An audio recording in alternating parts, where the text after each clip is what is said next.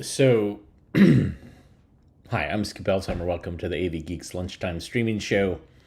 That film comes from the Prelinger archive that we just watched. And we watched a lot of 16 millimeter films, but that one had the most incredible Herschel Gordon Lewis vibe to it.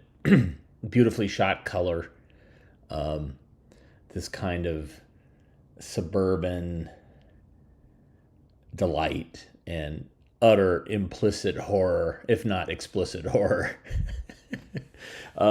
Excuse me. Smearing all that Nutella on that woman's face. Wow. That was something else. Not expected, definitely.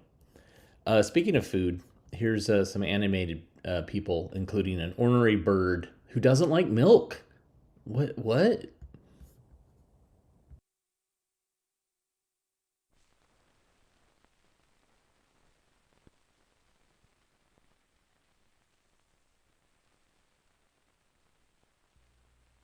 The most important person in the whole wide world is you, and you hardly even know you.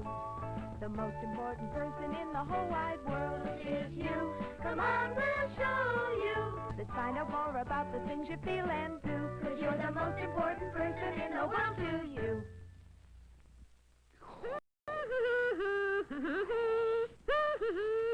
What's all the racket down there? Did you hear something? What's there? Yeah, it's that silly bird. He doesn't like anything. Maybe he likes some milk. Almost everyone likes milk. You want some milk, Bird? It tastes great. Milk? Don't like milk. Don't need milk. Kids need milk for bones and teeth. Kids need milk to grow. Kids even like milk. But me, can't stand milk. Wouldn't walk across the street to drink it. Milk, all wet and white. Wouldn't eat it if it were handed to me on a stick. Here, try this. Hey, that looks good. What was that? Milk Huh? on a stick. Ice cream is milk on a stick. Ice cream comes from milk, and without milk, there would be no ice cream. Well, I still don't have to like milk. Do you like cheese? Of course I like cheese. Cheese comes from milk, too. So does cottage cheese, and buttermilk, and sour cream, and butter. All right. I like milk. I like to eat milk. But tomatoes, those I really cannot take. If there's one thing, all kinds, never will you catch me eating tomatoes. Wouldn't walk across the street to eat a tomato, all red and soft and oops. Tomato? Yeah, that's one, all right. Can't stand it. Never touch it. Do you like tomato juice? Yeah, but How about tomato soup and spaghetti? is spaghetti a tomato? No, but spaghetti sauce is made from tomatoes. Well, maybe I don't, you really make it hard to hate. We try. Here comes that you-know-who again. Let's have some fun with him. I can't believe he doesn't like all those things. Hey, bird, would you eat a root? A root, my little chickadee? You mean one of these? Who'd ever eat a root? Roots grow under the ground. Have a carrot. Carrots? Love them. Yum, yum, yum, yum, yum, yum, yum, yum. Well, that carrot's a root. You just ate a root, Bird. I did. Carrots are roots. They grow into the ground. Not all roots are good to eat, but carrots are. And so are turnips. And beets. And radishes. And scallions. Never thought of that. How about a leaf, bird? Yeah, bird. Would you eat a leaf? A leaf? Don't be silly. A root maybe, but a leaf? You can't depend on a leaf. Sit on it and fall out of a tree. How about this? Would you eat this? Lettuce? Love it. Yum, yum, yum, yum, yum. Oh, it tastes great. Good for you, too. Well, you just ate a leaf, bird. Not all leaves are good to eat, but lettuce, cabbage, and spinach, they're all leaves. Next thing you're going to tell me is I like to eat a stem. You like celery, bird? Celery? Of course I like celery. My favorite snack. Eat it all the time. What's that got to do with... Oh, no. That's right, bird. You just ate a stem. Roots, leaves, stem, milk, peanuts, tomatoes. I thought I didn't like them. It's hard for a guy not to like them. Right you are. But what do you know? I really like to eat.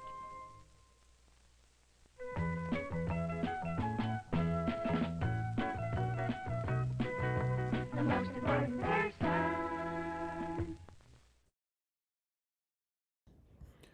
So I've shown other films in that series featuring that bird, and listening to that bird, I was like, that voice.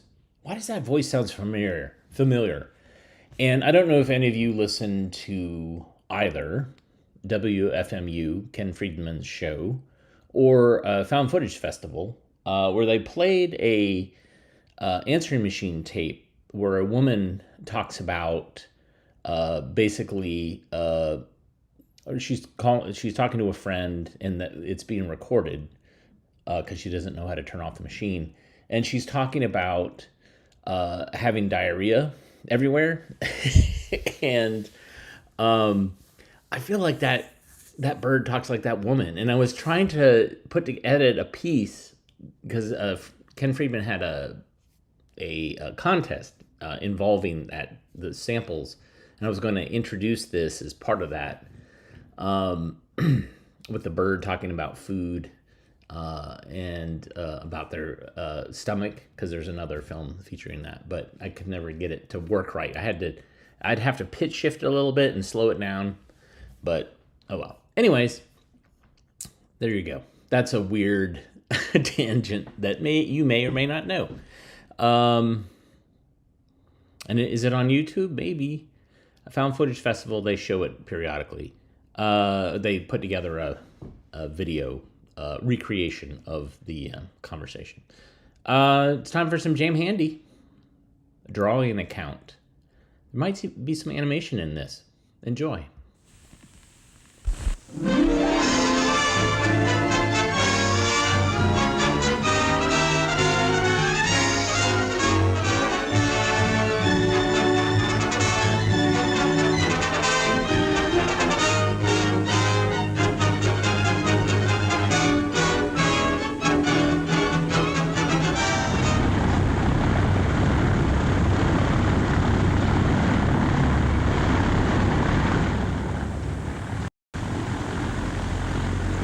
Surprising how much power they get out of an engine that doesn't look so very big. Yes, about 1,000 horsepower. In the 4 engines together? Oh, no, 1,000 each.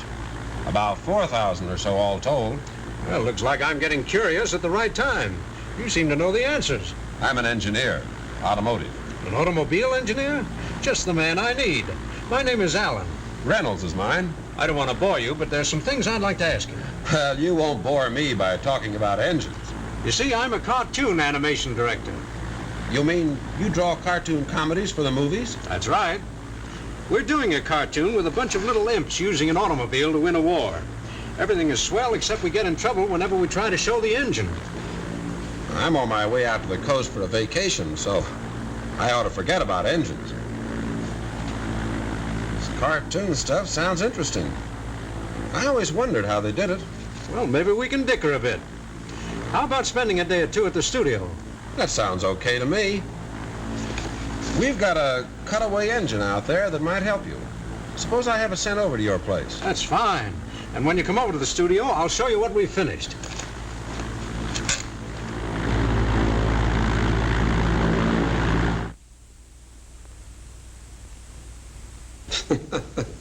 I think it's pretty clever the way you fellows combine cartoon figures with something that looks as real as that automobile. We've made tracings from photographs of a real car for those scenes. But when it came to the sequence inside the engine, we began to have troubles. I think the cutaway engine will help you there. It ought to be here by now. Well, let's go and see. These are the animators, the boys who make the original drawings. We want an army of imps making the engine go. Now you show us what they should be doing. Well,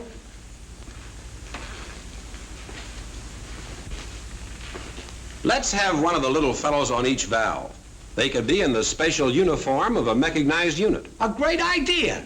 Then we make the imps' hats in the shape of valves, and then have them jump up and down. The action will make them open and close the chamber with their valve hats. That sounds good, except this engine that belongs in the car you're showing has overhead valves.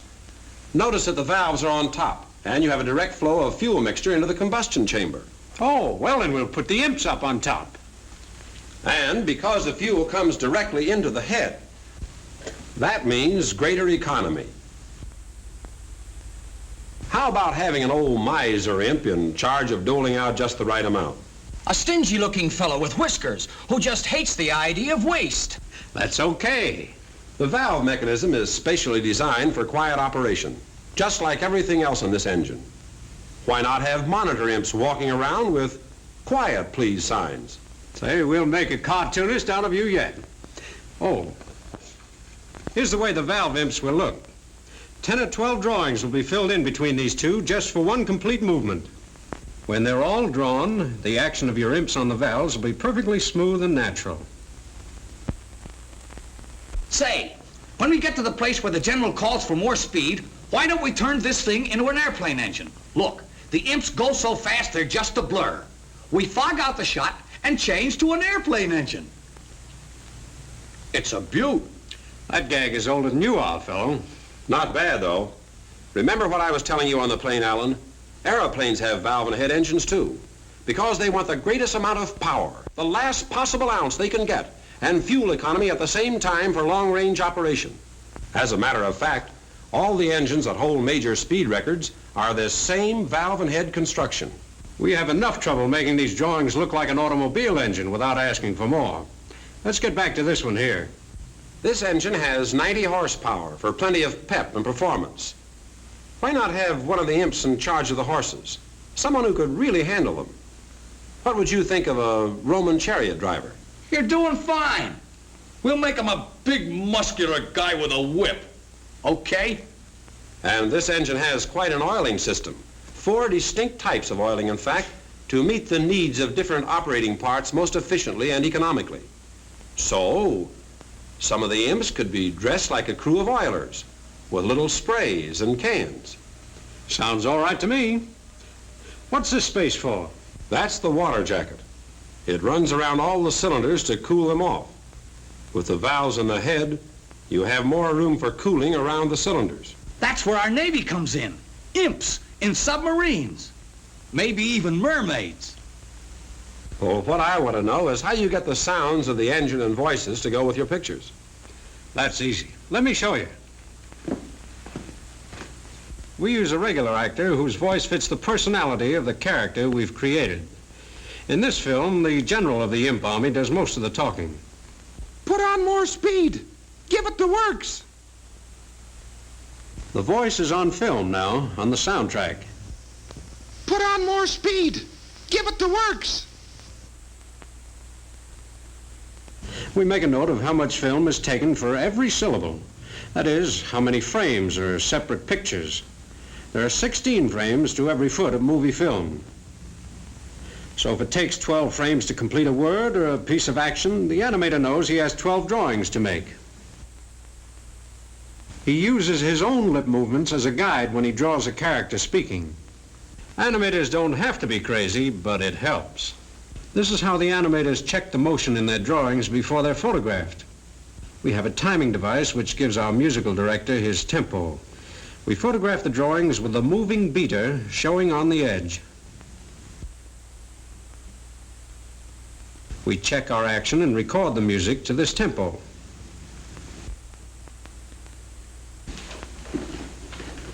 This is the tracing and opaquing department. In here, the drawings that have been checked are traced with ink on transparent celluloid. We call them cells. Then over here, the opaquers fill in between the lines to give the character body and to block out the background. These are the backgrounds over here. Still more drawings. In fact, in a 10-minute animated cartoon, there are 15 to 20,000 separate drawings. Wow. I never realized it took that many. The cells are put together like an assembly line, and they're photographed one by one over the backgrounds.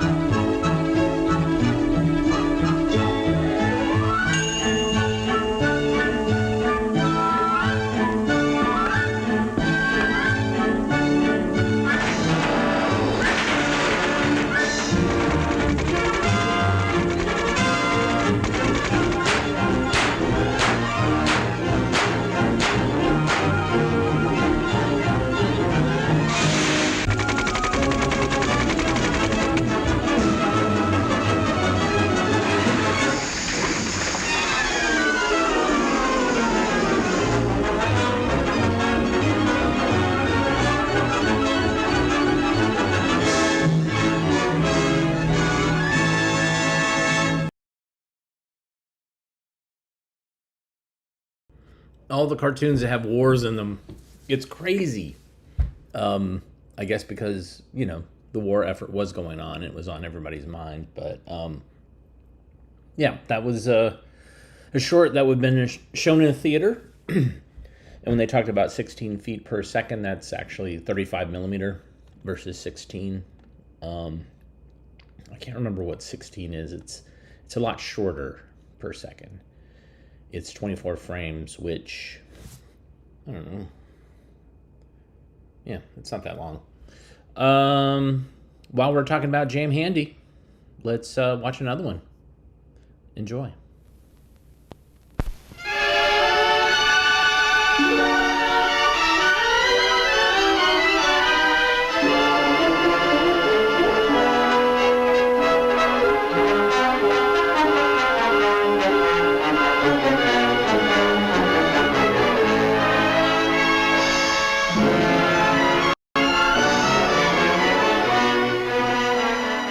From the Middle Ages down to modern times, the magic of chemistry has fascinated mankind. And to the boy of today, the subject is even more exciting. For this is the age of industrial chemistry. With vastly widened application of chemical research in manufacturing, it has attained importance undreamed of just a few years ago. All around us are the products of modern chemistry.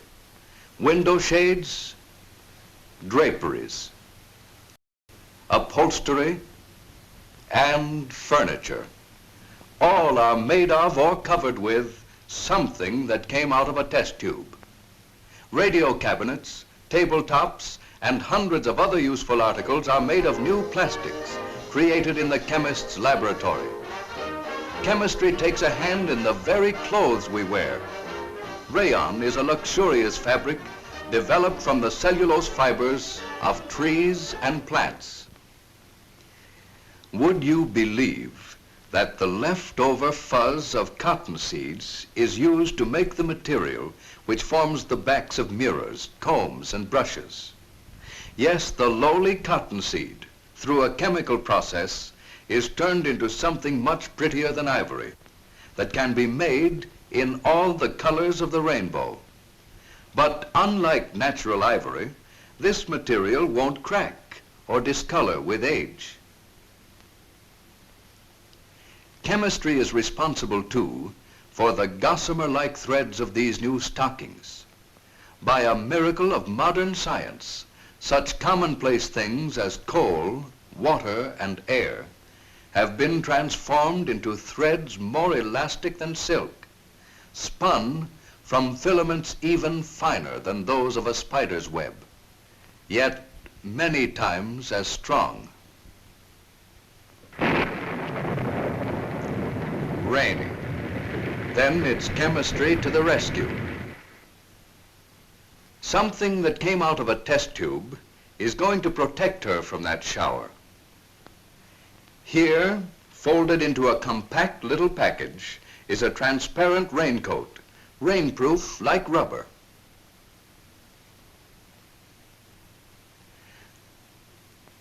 Of a similar material are some of the new umbrellas and parasols, combining utility with beauty of design and color. Now let it rain. From other chemical processes come refrigerants that keep foods fresh, wrappings that keep things clean, insulation and wallboard to improve our buildings. Nature constantly wears away its own. Left to themselves, materials eventually decay. The pitted side of a rock, the rotting wood of a fence post, and the rusting odds and ends in the neighborhood junkyard all bear testimony to the destructive forces of air, wind, and water. Cleopatra's Needle, the famous Egyptian obelisk in Central Park, New York, is centuries old. Over all these years, nature's forces have attacked the stone. But now it has been sprayed with a finish that will preserve the famous stone pillar for centuries to come. chemistry has also taken a hand in the preservation of wood. In this great laboratory at Madison, Wisconsin, the United States Forest Service has conducted more than 500,000 experiments, not only to find new uses for wood, but to lengthen its life. And now, fence posts, telegraph poles, any wooden product used outdoors will do a better job of defying the elements. Another natural product made better by chemistry is rubber. Years of research were necessary in order to improve the product, and then testing in great machines, subjecting it to terrific punishment. Today, rubber products are tougher and stronger and have a longer life. Longer life has been given the gasoline engine too. For years, engineers were puzzled when certain engine parts like piston pins and valve stems became corroded and prematurely worn. The engineers called upon the chemists, who traced the corrosion to sulfuric acid fumes formed in the engine.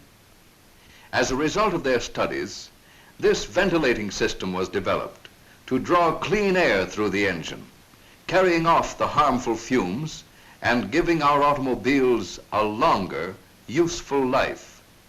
The prevention of rust is another concern of the industrial chemist.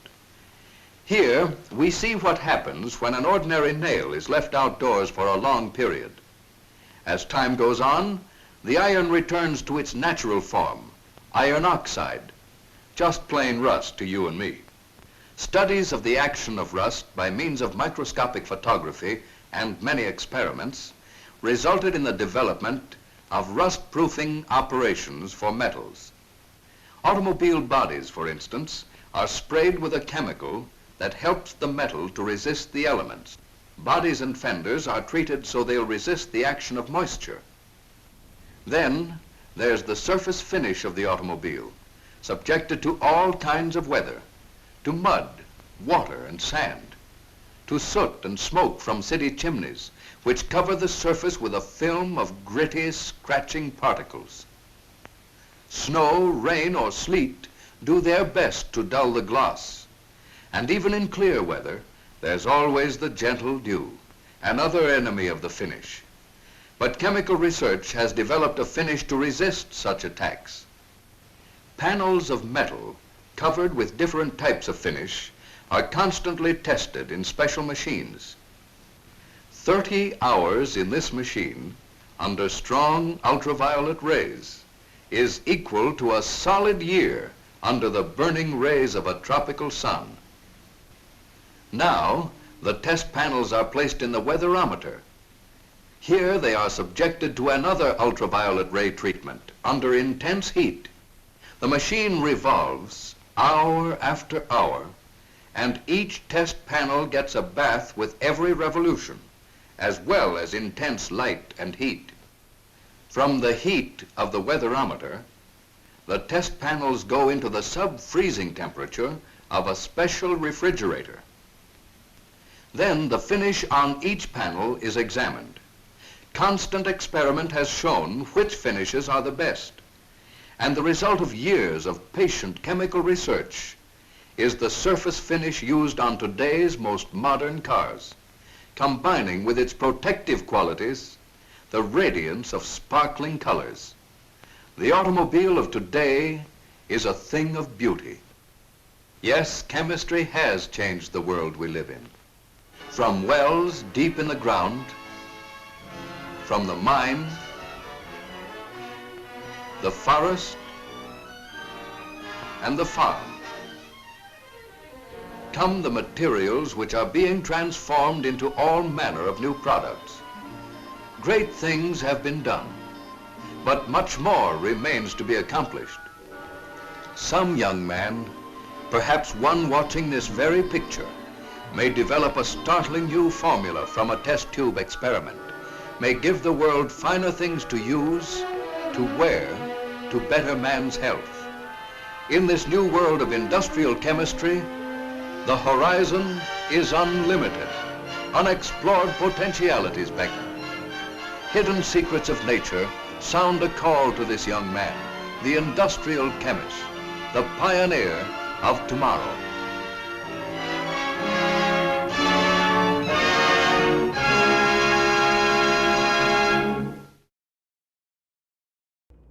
So, what was it? Cleopatra? Yeah, Cleopatra? Cleopatra? Let's see, we've been compiling another list of pronunciations that are different than what we are used to in the 21st century. And so yesterday was Tucson as opposed to Tucson. Segas as opposed to sagas, and what was it? Apaches.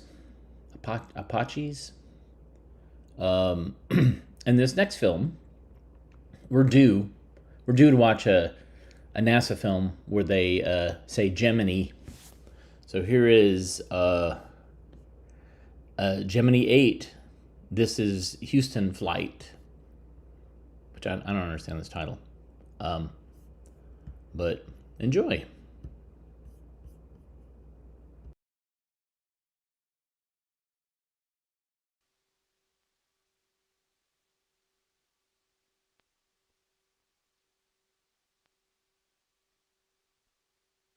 Ignition. Liftoff.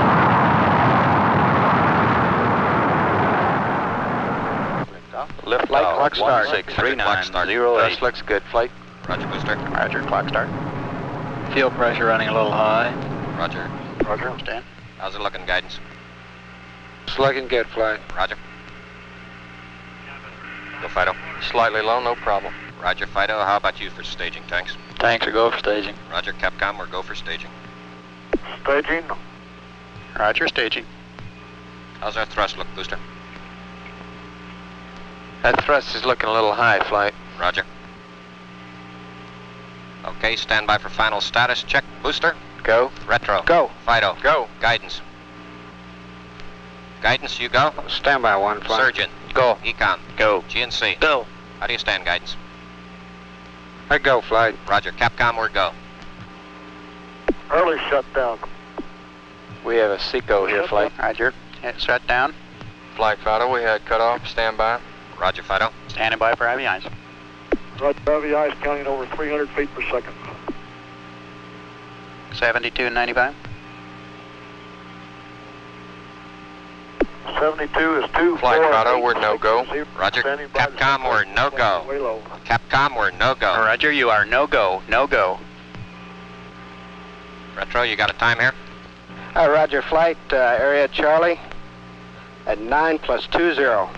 Fall angle on the retro, 7 degrees. Recovery for Roger, flight. 7 on the retro. flight. Roger, we had a 180-degree attitude. 4 here. and We're have the going tumbling stream sight. for area Roger. Charlie. We'll be retro firing at 9+20. Roger, flight. Can you give me some weather and access times in that area, please? No swells, and your call sign Rescue 1, the destroyer, is the low. 5, 4, 3, 2, 1, retro fire. Roger, fire 1. Rocket 2.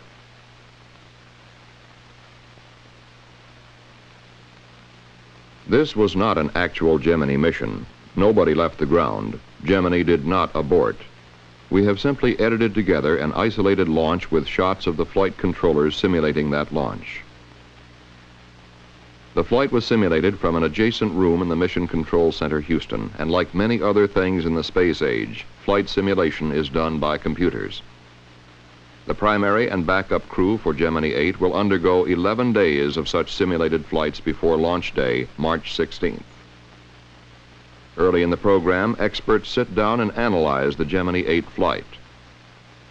They know it is a 3-day mission. Its primary purposes include rendezvous in space with an Agena target vehicle, the first docking in space, and a 2-hour spacewalk by pilot David Scott. The experts then devise problems that could occur, some simple, some quite challenging. They feed these problems into a computer and sit back and see what happens, perhaps with a little glee. At any rate, the crew in the simulator and the controller at the console are given the problem. Both must respond correctly. About 90 problems will be run for the Gemini 8 mission. On the schedule are 2 days devoted to the Agena target vehicle, 4 days devoted to network simulations, and 2 days scheduled for running re-entry simulations, including emergency re-entries. 11 days of problem solving. Most probably none of them would turn up during the flight. But if one should, the crew and the 5,000 people in the ground network that support these 2 men would be ready. Several days before Gemini 8 will leave the ground, the USS Boxer steams toward the primary recovery zone where the mission will normally end. It begins training its complement of officers and men in recovery operations. Instead of launching amphibious strike missions, the Boxer now launches helicopters for search and retrieval of astronauts. On board is the commander of the Western Atlantic Recovery Forces, known as Task Force 140.3. 2 ships, 6 helicopters, and 6 aircraft are assigned to this task force. All 5 manned Gemini flights to date have been recovered as planned in the primary zone. Still, 10 more ships, 54 aircraft, and 5,000 additional men will be deployed at different stations around the world for recovery. There are 9 other planned landing areas lying within the 3 major zones of the Eastern Atlantic, the Mid-Pacific, and the Western Pacific. In the Western Pacific, the USS Leonard F. Mason, a destroyer, begins exercises on the retrieval of a boilerplate model of the Gemini spacecraft. The Mason will cover 3 landing areas within Zone 3. It will be backed up by aircraft from Okinawa and Japan. The chief difference between the primary area where the Boxer is stationed and a secondary area such as this is the comprehensiveness of coverage, the number of aircraft, ships, and recovery specialists on station. In addition, a special launch abort area covers the landmass and immediate offshore areas at Cape Kennedy. Recovery teams go out before the astronauts enter the spacecraft in case of an ejected abort from the launch pad or shortly after liftoff. There could be more extreme contingencies. The emergency might be such that a spacecraft could not land in a planned landing area. In a dire emergency, the command pilot might have to fire the retro rockets and come right down. Bare statistics come into play here. The world is 70% water and 30% land. The odds are strongly weighted toward a water landing. Aircraft are stationed at 12 points to locate the spacecraft in this emergency. Any commercial shipping in the area might then be called for assistance to pick up the astronauts. Freighters, oilers, tankers, any ship with heavy hoist equipment could also take the spacecraft aboard. If the crew comes down over land, they would use the ejection seats, leave the spacecraft, and land by parachute. Astronauts have not only a complete survival kit to sustain them, but they are trained to live off the land, even desert and jungle. Whether Gemini comes down over water or land, recovery is planned and coordinated by a NASA team of specialists. They set up the requirements for a mission and work closely with the Department of Defense. DoD then commits the necessary ships and aircraft to do the job. The DoD manager for manned spacecraft support directs worldwide recovery forces. He is in contact with 2 main elements under his command: the Atlantic Recovery Control Center, Cape Kennedy, and the Pacific Recovery Control Center, Hawaii. The red telephone puts him into direct contact with the highest levels of the Department of Defense for further assistance. But all of this, the red telephone and the contingency aircraft off Pago Pago Island, South Pacific, seems remote on the 16th of March. The crew is entering their spacecraft for what has every sign of being a normal flight. At the same time, on Launch Complex 14, the Atlas Agena count is only 25 minutes from liftoff. The Gemini mission is largely based on a successful orbit of the target vehicle. The Agena count has no holes. Right on the nose at 10 o'clock Eastern Standard Time, the Atlas launch vehicle ignites.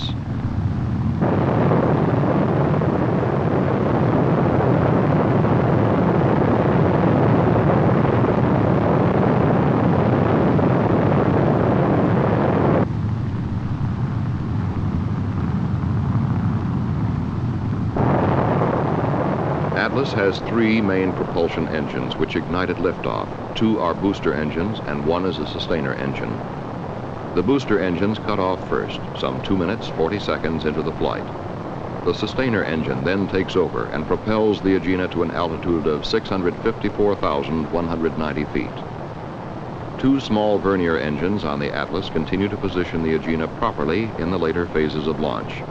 They cut off at 5 minutes, 6 seconds after liftoff. The Agena propulsion system then inserts the target vehicle into a circular orbit.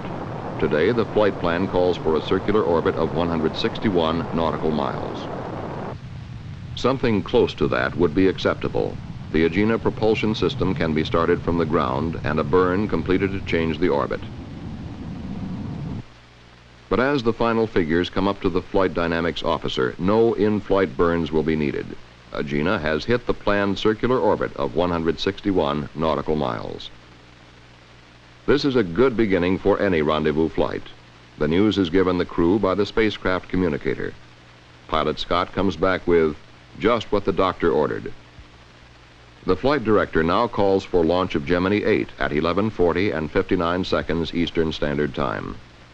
Offshore, the launch site recovery forces are fully deployed. They now can only wait like the rest of us. Stage 2 pre-valves coming open, 5 seconds. T-minus 20 seconds, mark.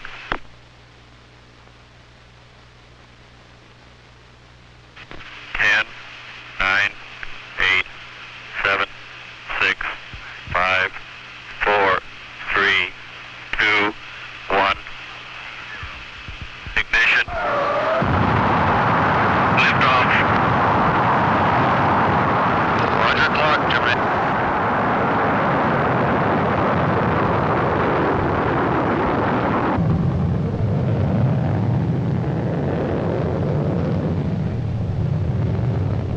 Yes, that's right. We got a roll program.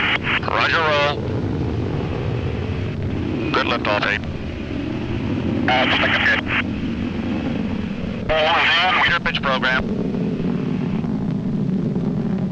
The liftoff came as Flight Director Hodge had requested, 11:40 and 59 seconds.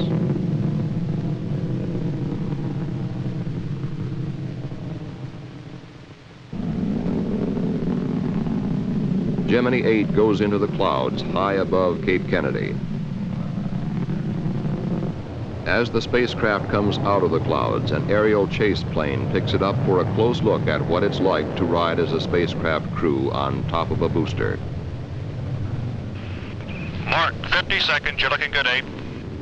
After 50 seconds, the crew releases the restraints which are required for seat ejection. Gemini 8 was inserted into an orbit of 86 nautical miles by 146 nautical miles, very close to the planned values of 86 by 145 nautical miles. Roger, we have staging, ignition. Roger, staging. And we saw the Foley's fireball there. The launch site aboard is the first contingency that is passed successfully. A carefully trained team has been released and returns to other duties. With 2 good orbits, target vehicle and spacecraft, Gemini 8 had a head start on rendezvous and docking. The maneuvers for rendezvous would be essentially the same as those performed by Gemini 6. So fast does the space program accelerate that rendezvous was the primary objective of Gemini 6 in December. But 3 months later, it is March and rendezvous almost seems routine. Everyone is focused more on docking. Everyone except those who fly the mission. Then you take things step by step. This is Gemini Control Houston.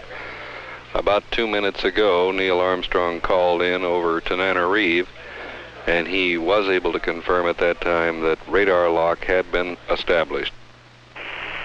Roger, do you have solid radar lock on with the Agena, over? That's affirmative. We have solid radar lock. Just a second, I'll give you our current range. Roger, thank you. Sounds good. We're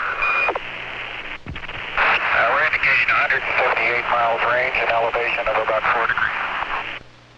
After radar lock-on, the crew will circularize their orbit inside that of the target vehicle. Meantime, the ground does not sit still, idly waiting for something to happen. Recovery forces are constantly shifting in response to the orbit of the spacecraft, changing station according to a detailed recovery plan. The USS Cochrane, a destroyer in the mid-Pacific, takes position for a 4-4 recovery. That is, recovery in the 4th revolution in Zone 4. Zone 3 will be the planned landing zone for the next 3 revolutions, for 5, 6, and 7. After that, Gemini 8 will not be over a planned landing area again until the 10th revolution. Then it passes over the Eastern Atlantic Zone. If an emergency occurs in the 8th or 9th revolution, the spacecraft will land in a contingency area. Recovery is supported there by aircraft and available commercial shipping. But right now, much of this seems academic. The crew has other business. Okay, we've got a visual on the Agena at 76 miles. Roger, understand. Visual, Gina 76 miles. Hello, Houston. This is Gemini 8. We're station keeping on the Agena at about 150 feet. Way to go, partner. You done it, boy. You done a good job. Do the thing. Boy, look at that sucker. That's beautiful. See the dipole? Do I ever? I see everything on that fella. Man, that's great. Man, that is really slick.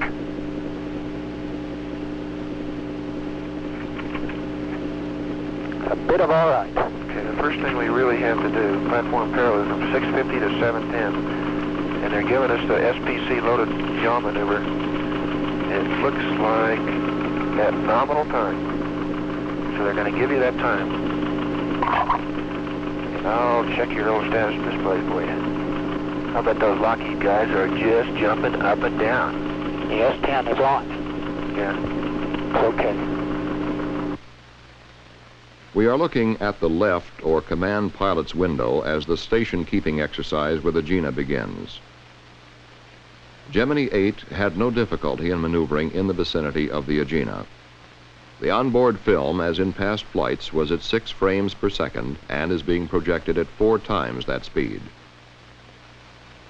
After station keeping for 35 minutes, Command Pilot Armstrong begins to move in closer to Agena, preparing his final docking approach. Both vehicles are traveling at approximately 17,500 miles per hour. We are looking at the target docking adapter end of the Agena. The command pilot makes a docking approach by applying very small thrust increases to Gemini 8. The maximum velocity difference between the two vehicles at docking will be about 1 foot per second. When the command pilot is about 2 feet from the Agena, he will pause until he gets a go from the Rose-Knot Victor. The double check has been completed. Okay, Gemini 8, we have TM solid. You're looking good on the ground. Go ahead and dock. I think we're going to hold off on this SPC thing until he does get docked. Okay, go ahead with your memory compare. Roger. Let us know what you get out of that.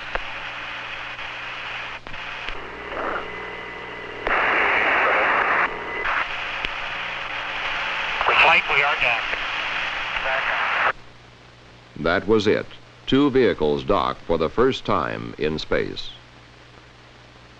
Shortly after docking, the crew was slightly surprised when Jim Lovell, the spacecraft communicator, checked in with this caution. Roger, 8, reading you loud and clear. I have some information for you. Ready to copy? Stand by. What kind of information is it? If you run into trouble and the attitude control system of the Agena goes wild, just send in command 400 to turn it off and take control with the spacecraft. Did you copy that? Roger, we understand. It was a routine check. You punch 400 into the onboard computer. This automatically turns off the attitude control system of the Agena. If the problem is Agena control, that ends it. Minutes later, Gemini 8 passed out of communications range beyond the island of Madagascar. The crew was preparing to begin a series of docking exercises. And the Mason was between stations. It had left 5-3 and was headed for a 6-3 recovery zone. Since we were in the 5th revolution, the retrofire experts were routinely updating their retrofire times. These are usually planned for 6 revolutions ahead and stored in the onboard computer. It was about this time that Jim Lovell almost qualified as the space prophet of the year. For 7 hours after liftoff and 27 minutes of normal docking, an excessive yaw and roll motion occurred. The crew punched up 400, but the trouble was not in the Agena. Unable to find an immediate answer, Mr. Armstrong undocked. The roll rate continued to build up, reaching about 1 revolution per second. Struggling to regain control, Mr. Armstrong was forced to fire the re-entry thrusters and gradually reasserted control over the spacecraft. Neither crewman experienced any loss of orientation. Gemini never approached a critical structural strain. Once the re-entry thrusters are fired, there is the possibility of fuel leakage in orbit, leaking of fuel essential for re-entry. The flight had been highly successful through 27 minutes of docking, but final action rests squarely on the shoulders of this man, the flight director. A decision came quickly. Fuel readings were too low. Abort. That was the first decision. Others follow. Where do we recover? A stream of facts flow into Flight Director Hodges' console. Exact orbital position. Weather in the Pacific. Available daylight in recovery zones. And the whereabouts of the USS Mason. A destroyer which had repetitiously practiced picking up a boilerplate model of Gemini in the waters of the Pacific came into its own. Millions of people suddenly learned that it existed. With Gemini stabilized in flight, there were several advantages to delaying re-entry for another orbit. The retrofire officer would have an exact reading on retrofire times, and the crew could prepare for re-entry, and aircraft could be on station at splashdown. This is the way it would be. The NASA coordinator leans over toward the DoD console. We want to recover in 7-3. The DoD manager immediately punches the button, which puts him in contact with Pacific Recovery Control, Hawaii. Hawaii alerts the captain of the Mason. He swings around and heads for 7-3, making 30 knots. Search aircraft scramble from Okinawa. They will be over the predicted landing point 10 minutes before the spacecraft splashes down. As Gemini 8 begins its 7th and final revolution, weather is excellent in the splashdown area. The crew is busy. The command pilot has time for only this brief reflection. I'd like to argue with them about going home, but I don't know how we can. That was all. Gemini 8 sweeps past Ascension Island. Retrofire will come up over Kano, Nigeria. Air-to-ground communications are broken, but the rockets fire right on the nose. The crew begins their descent through the atmosphere. This is the view they will see for a long time, the high peaks of the Himalayas. After these forbidding mountains, the sweep of the Pacific will look friendly and hospitable. Waiting for Gemini 8 are rescue aircraft circling in the landing area, ready to pick up an electronic signal from the spacecraft. 2 aircraft from Okinawa were originally assigned here, but 5 others were quickly alerted and added to the recovery team. When Gemini 8 is only 3 miles away, a C-54 catches sight of it on the main landing parachute. After that, landing is almost routine, and Gemini 8 landed within 2 miles of the predicted impact point. The first pararescue swimmer in the water is Airman First Class Neal. Airman Neal is a veteran of combat rescue work and a good man to have on your side. He was quickly followed by 2 other rescue swimmers. It was early afternoon in the Pacific, but almost 11 o'clock at night in the Atlantic, where the USS Boxer had waited. The Mason, 3 hours away at splashdown, reached the area at 3:17 p.m. local time. Crew and spacecraft, both in good shape, were soon aboard. Within 72 hours, NASA scientists would pin down the source of trouble. A short circuit in the wiring of the number 8 yaw thruster had caused it to fire erratically. The possibility of this failure recurring is slight, but a master switch has now been added to the Gemini spacecraft. The crew can throw this switch and cut off all power to the attitude thrusters in any future flight. Once the difficulty was corrected, we could take time out to realize that Gemini 8 had brought us closer to lunar exploration by demonstrating the first successful dock in space.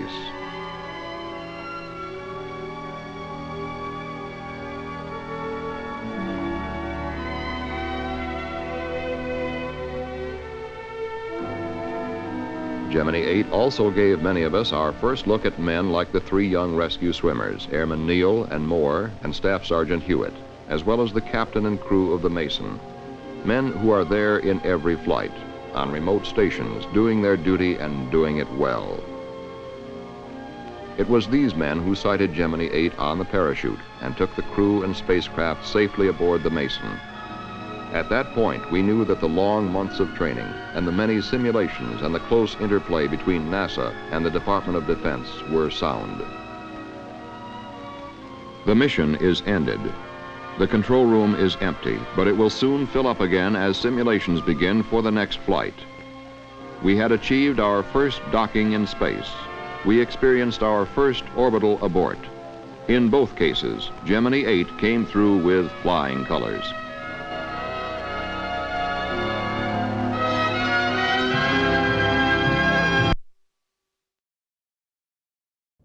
Oh boy. I love the logistics of this, and it's dry. But there's this authority and this sense of we know what's going on. We got it all figured out that I love about it. It is self-assured. And then if something goes wrong, well, we have contingency plans. I mean, it's really phenomenal.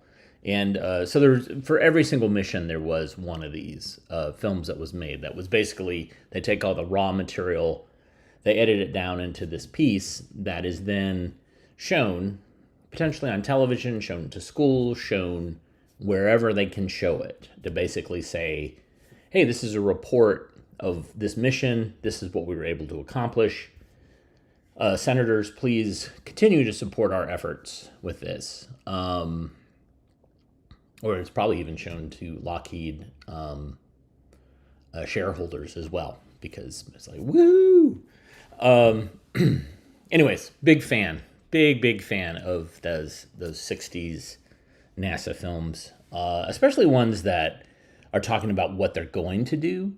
And we're going to prep. This is how we prepare for it, blah, blah, blah, blah. This is what we're going to do. And then, the ones where they do it are pretty good too. But so one of the things that kind of stuck out with me with being an AV geek was the fact that they talked about when they were shooting the footage of the external of them docking, they said it was 6 frames a second. And the reason they did that was because they only had so much space dedicated to film and a camera that they didn't want to burn through going 24 frames a second, because they figured that 6 frames was good enough. And that's why some footage that you see is weird and it seems very erratic and jumpy. It's because of that. So there you go. Thanks for tuning in today. Very much appreciate your eyeballs and you're indulging me with some NASA footage, because I love that stuff. If you like what you saw, hit the thumbs up, hit the like button. You can also subscribe to us. That helps us. You can also support us with the super thanks button in YouTube comments, or ko-fi.com/avgeeks or patreon.com/avgeeks. Those are great ways to hang. I don't know what I meant by that, but great ways to support us.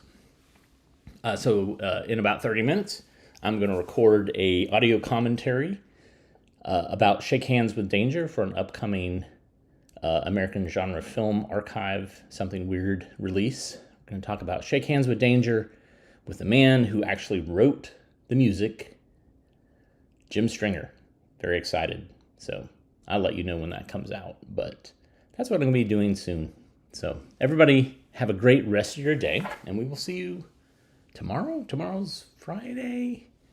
Brr. Anyways, everybody have a great day. Love you guys. Watch some more films on our channel because that gives us a little bit of revenue. And also, there's some interesting stuff I've been putting up, so check it out. All right, take care, everybody. Bye.